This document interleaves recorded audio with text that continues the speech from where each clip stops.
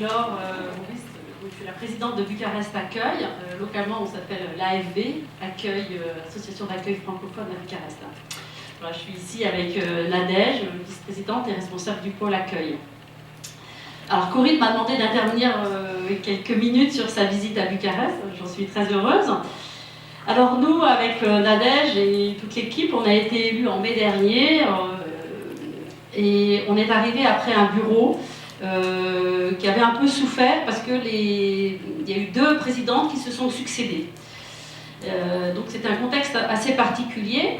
Une fois élue, j'ai fait le point avec l'ancienne présidente sur les différents liens institutionnels que l'AFB entretenait.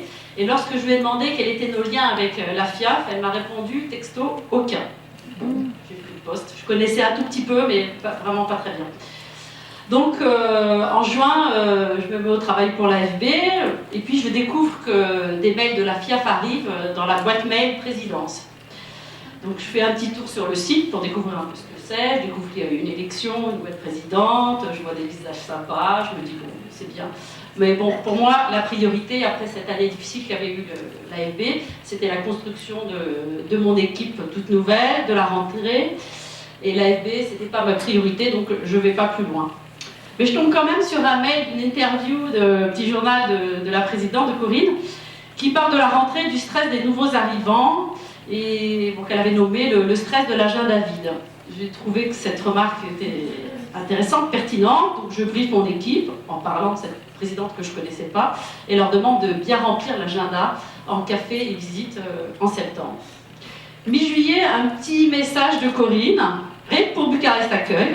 Coucou Bucarest, au fait, vous existez encore, que devenez-vous, c'est qui la présidente? Alors je réponds gentiment. Elle me félicite pour mon élection. Bon, ça fait toujours plaisir, je la remercie, un échange très courtois. Et voilà que début septembre, Corinne m'annonce sa venue, juste après la visite d'Emmanuel Macron. Je me suis dit, intéressant, Bucarest. Elle vient